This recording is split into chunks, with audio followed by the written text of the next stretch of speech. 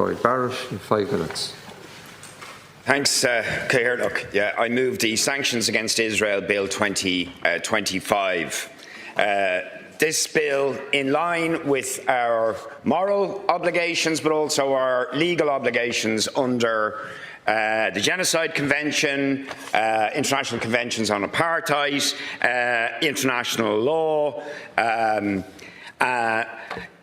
is calling for a complete boycott of all economic relations with the State of Israel for the crimes of apartheid, ethnic cleansing, genocide and the ongoing persecution and oppression of the Palestinian people. There is a narrative that Israel's only crimes are illegal settlements on the West Bank, or that the genocidal slaughter that we've seen over the last 2 years in Gaza is simply the outworking of the extremism of Netanyahu and a few individual ministers. The truth, of course, is something very different. The truth is, Israel is not now, or never has been, a normal state.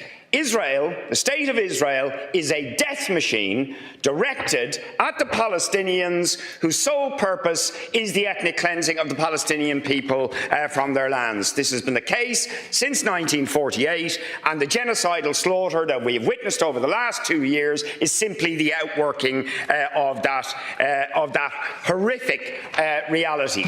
And it is the failure of the world to acknowledge, and the international community, including our own government, the EU, other governments, to acknowledge the genocidal nature of the Israeli regime and the fact that it is based on apartheid and ethnic cleansing, the continued extension of political cover, arms, economic support, favoured trade status that has actually emboldened Israel to commit the genocidal crimes of the last 2 years. I haven't got time to go into the evidence, but if you look at the statements of ministers, members of the military, of the Israeli Knesset, what you see is again and again and again clear statements of genocidal intent. Netanyahu has publicly declared his intention to erase Palestine from the map, and that history goes back for the entire history of the State of Israel. Just like we did with apartheid South Africa, the time for treating Israel as a normal state has to end. They must be isolated from the international community, as we did with apartheid South Africa. Thank you, Murphy. Thanks. We're introducing this bill today because the government has failed to put its money where its mouth is. On Palestine, on Gaza, it's all talk and no action. Sanctions by Ireland on Israel would make a real difference because, shamefully, Ireland is now the world's second largest importer of Israeli goods.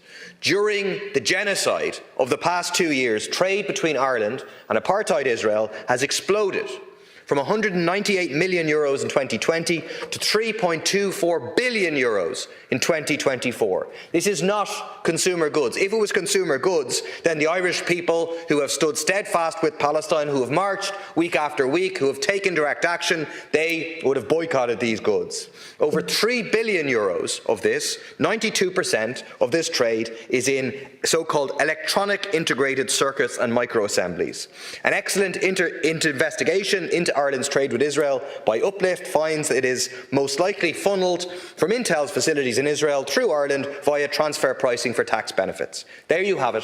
Just like with the central bank's shameful facilitation in the selling of Israeli war bonds, Ireland's complicity in genocide is due to our role as a tax haven for international finance and US multinationals. The same report provides numerous other examples of this disgusting complicity. One is that Israel's Unit 8200 used Microsoft's Azure cloud platform with data stored in the Netherlands and Ireland for a mass surveillance system that collects recordings of millions of Palestinian phone calls daily, information used to prepare airstrikes, information held in Ireland in our data centres. In the words of UN Special Rapporteur Francesca Albanese, US multinationals are embedded in an economy of genocide, and so are we. The Uplift report says that the benefits of FDI revenue are achieved at the cost of direct complicity in genocide and human rights violations. This is the wages of FDI, the political and moral price Ireland is being asked to pay for its economic prosperity. The US Secretary of State once said that the deaths of 500,000 children in Iraq was a price worth paying for US objectives. Our government is making the same genocidal choice. By refusing to implement sanctions on Israel, it's deciding for all of us that the price is worth it. It's selling our souls for US investment. This bill would put an end to that by imposing comprehensive sanctions on the State of Israel. It's the minimum we should be doing under the Genocide Convention, and it should be done now. Minister, is the bill being opposed? Not opposing. So the motion for leave to introduce is agreed. I would ask one of the deputies to move that the second stage be taken in private members' time. Is that agreed? I move. Yeah. Agreed. So now move to Suss.